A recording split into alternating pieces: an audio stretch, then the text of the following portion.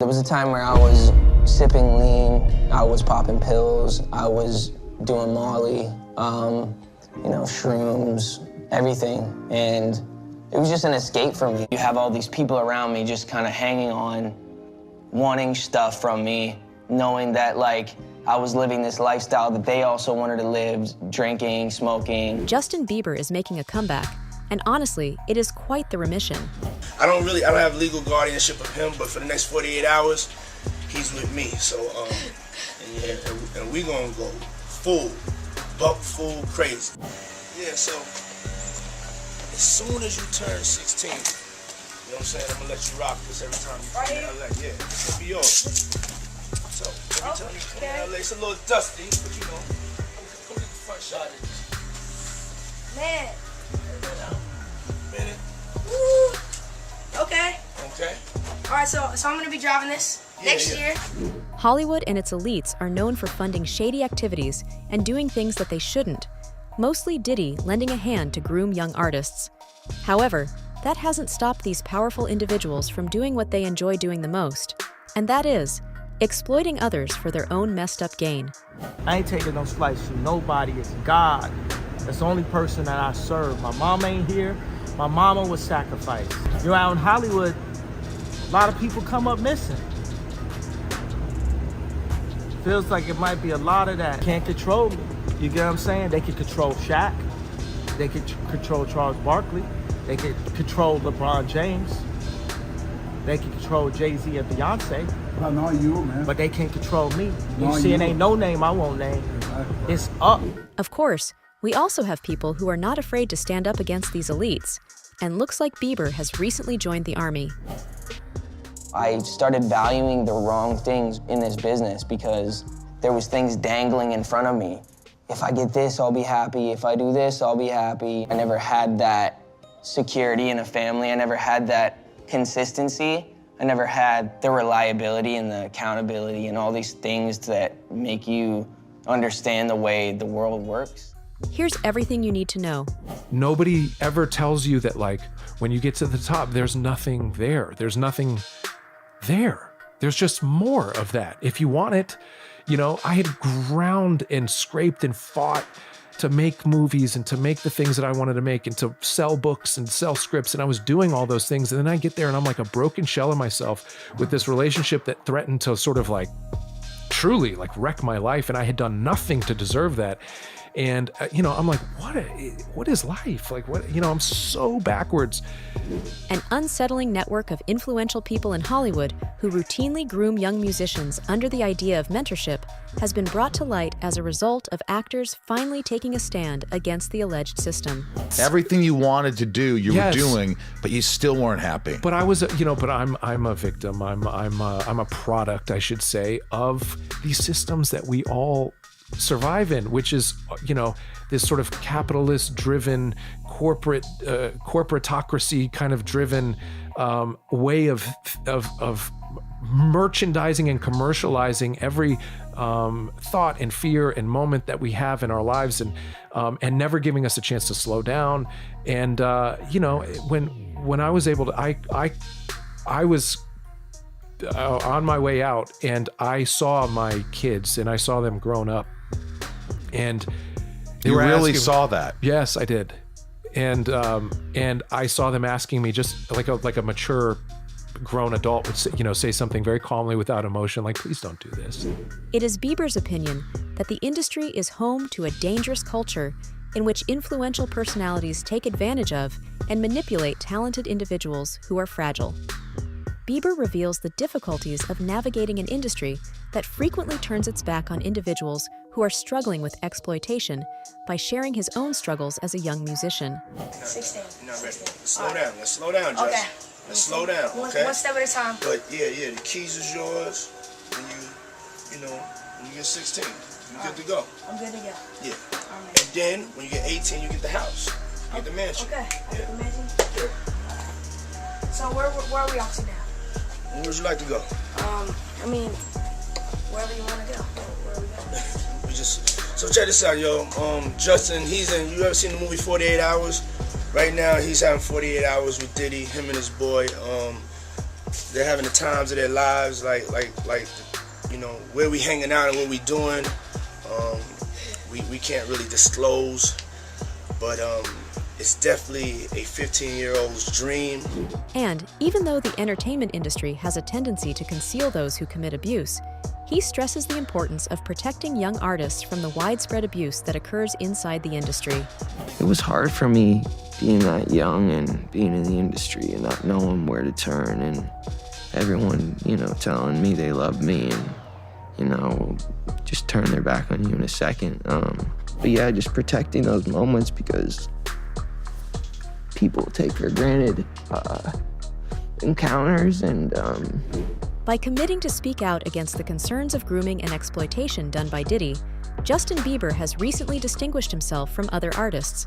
What's up, man? You good? I'm good. How are you? All right, young brother, everything's good? Everything's Selling great. out arenas and everything? Yeah, Starting to act different, huh?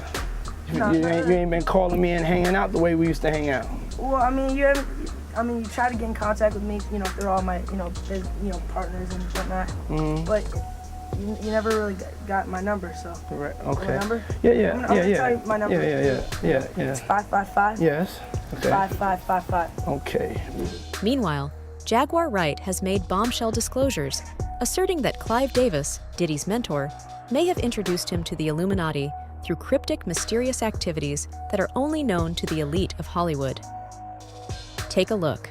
We gonna get you and your little dog, too. And congratulations, young Miami. Run as fast as Cassie did. But when you think about Kim, I was thinking to myself the other day, Uptown Records started with 5 people. Andre Harrell, I'll Be Sure, Heavy D, and Puffy. And Kim was the longest working employee because she was there from the very beginning. She was Andre's personal assistant. Kim is dead. Heavy D is dead. Andre Harrell is dead. The only 2 left are Puffy and Al almost died. Isn't that interesting? That is interesting. Heavy D was found dead, face down in the heart attack. Andre Harrell, heart attack. Kim died from pneumonia, but there's the first coroner's report that said that she died. It was ruled a homicide, and they found toxins in her body to prove that she had been poisoned. You know, they have poisons that create heart attack and pneumonia-like symptoms. And then right after that, Al had a meeting, and I was gonna meet up with him because we were in Vegas, and then the next thing you know, you wanna know what they all had in common though? The survivors and the late of Uptown Records, they were all writing tell-all books. He said, the objective of Bad Boy is to kill talent. We don't want talented as a bad boy. Talented motherfuckers think they gotta say. Oh, a talented motherfucker will tell you, I'ma turn in my album when I feel like it. He said, but see, if we get people with no talent, and then we make them look like stars, see, we have total control. Because without us, they can't be the shit. He said, that's how we're gonna run this label, and we're gonna run these motherfuckers into the ground, and I'm gonna make all of you rich. And that was his pep talk at the Kit Kat Club in 1996 to his interns, who are now mostly, executives at Bad Boy. Not only that, the emergence of Diddy has been accompanied by a multitude of allegations, including allegations of abuse of his ex-girlfriends, real sound clip trafficking young men, and murdering his friends. Yet, he appears to be unaffected by these allegations. He was doing shit to people that he never thought that it would come back at him. Now, if he never did anything to those girls, if those girls was lying, then he would have never settled out. It was a girl that came out, Cam, 2.5 years before Cassie came out, and went on a major platform and told him how he was kicking her, beating her, and made her get rid of 2 kids. A girl named Gina came out on a major platform that he was dating, that she had texts from Cassie, and her and Cassie was texting each other back and forth, and Cassie was saying, I don't hate you, I know how he is, and they was talking about each other and talking to each other. She came out 2 years ago. So you tell me, Cam, why didn't nobody take her case? Maybe they didn't believe, I mean, I could guess. I mean, maybe they didn't believe him because he's puffy. He got a lot of star power. He can fight back, you know. She had no lawyers or nobody that was interested in going through that battle, and that long drawn out court battle, that they had to file papers. They had to do that 2-3 years ago. 2-3 years down the road, she ain't coming up with a dime. Cassie had the lawyers and the people who put the money behind the lawyers to make sure that her case was clam tight. Currently, Wright claims that Clive Davis was a significant contributor to the fact that Diddy was protected from major investigations and charges brought against him, including Whitney Houston's murder. It's strictly for the purposes of financial gain for those who have access to her estate, including Clive Davis. Including Clive Davis. Clive Davis. This ain't a film to celebrate Whitney Houston. This is a film to, you know, pay the piper. He was the one trying to bring her back, though, at the time of prior to her death, right? Oh. He needed her back. Oh, yeah. He needed her back, but he needed her back and under his control. There is a strong correlation between Diddy's extensive connections, particularly with Clive Davis, and his seeming immunity, according to Wright's theory. I cannot take anything away from where he has been extremely effective. Yes. He knows pop culture. Matter of fact, he probably knows pop culture better than he knows music. I never felt like he had a lot of talent in music. Is that fair for me to say? I mean, nobody really cares about him rapping. Right. I didn't know why he did that, but then again, why not do it? They're listening to all these other like artists that you're putting out. Why not be one too and get that extra check? Like the people are buying your brand, why not take it all the way? I'm not hating on him for getting money. Me either. I'm just hating on the way he got it. And I'm hating on the overall effect of what it's done to not only the artist on his label, the artist that got shelved, the artist that got dropped. Not only that, but what he did to culture. In her allegations and Bieber's belief system, they suggest that Diddy may have paid a severe price for his wealth and position, which may have included providing services to higher-ups and exploiting important male celebrities, among other things. You know, there are certain people that hang out with certain groups of people, and you see them. They're in pictures, they're on the red carpet, they're around. But then things start popping off, you don't see those people. They're not in those pictures. They're not on the red carpet. They're nowhere around. So where the hell were they? They're at every other party. They're in every other picture. They're standing by you everywhere else except for when this person went missing or this person got shot. You know, the art of misdirection is a skill that most record executives use. So considering that the public has absolutely no idea what's happening behind the curtain or behind the velvet rope, it gives them a great advantage to paint whatever story they want to paint. Not to mention, according to Wright, the lawsuit that Cassie filed against Diddy, in which she accused him of unspecified crimes, lends fuel to Wright's claims and raises doubts about Diddy's alleged involvement in illegal operations, particularly in relation to the trafficking of individuals inside the entertainment industry. He get the sex trafficking because he took her to different states and had her perform sex acts with different, you know, male prostitutes and different people, sometimes against her will. You know, we look at this and we said, well, that was his girl and she did it on her own. She didn't have to. Man, you can't say that. That was a 19-year-old girl that what they call now groomed by an older man. And yes, she got some of the benefits of being with a billionaire, millionaire, and everything like that.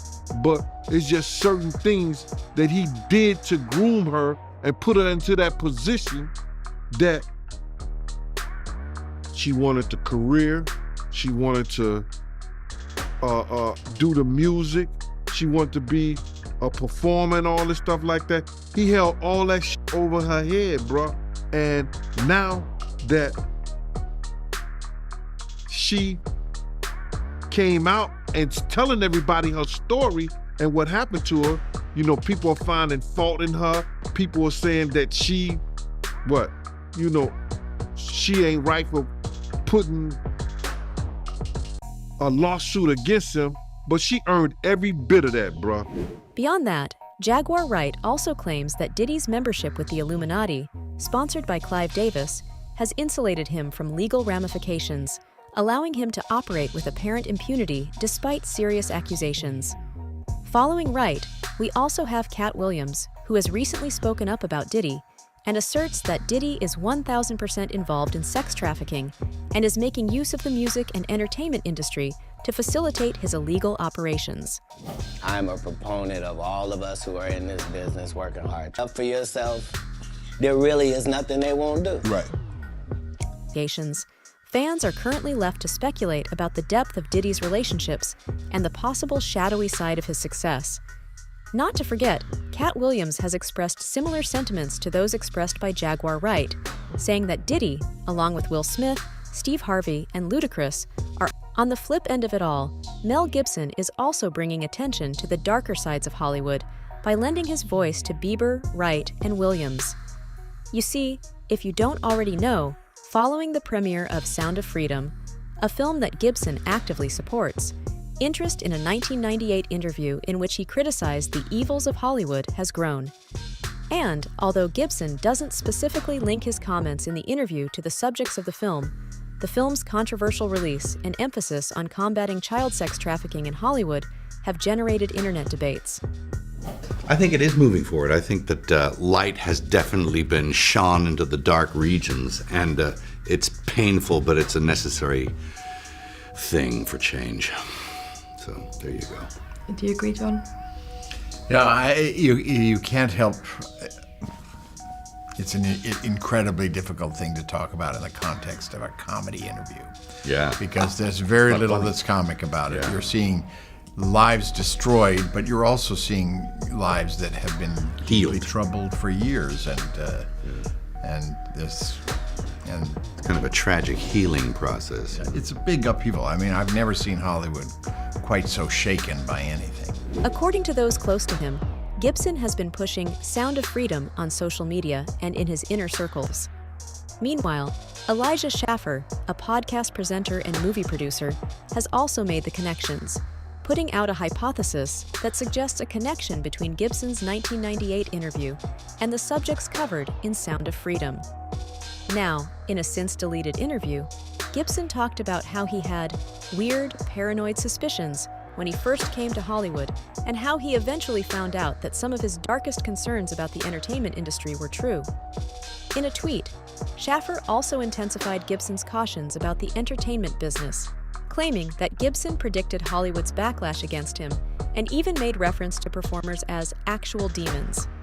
For now, we are not sure how true the claims we are hearing are, but if renowned names like Williams, Jaguar Wright, Justin Bieber, and Mel Gibson are themselves joining hands, then who are we to second guess, right? That's all for today. Do you think there will be more voices joining in against the dark forces of Hollywood? Let us know in the comments below. For more updates, hit the bell icon.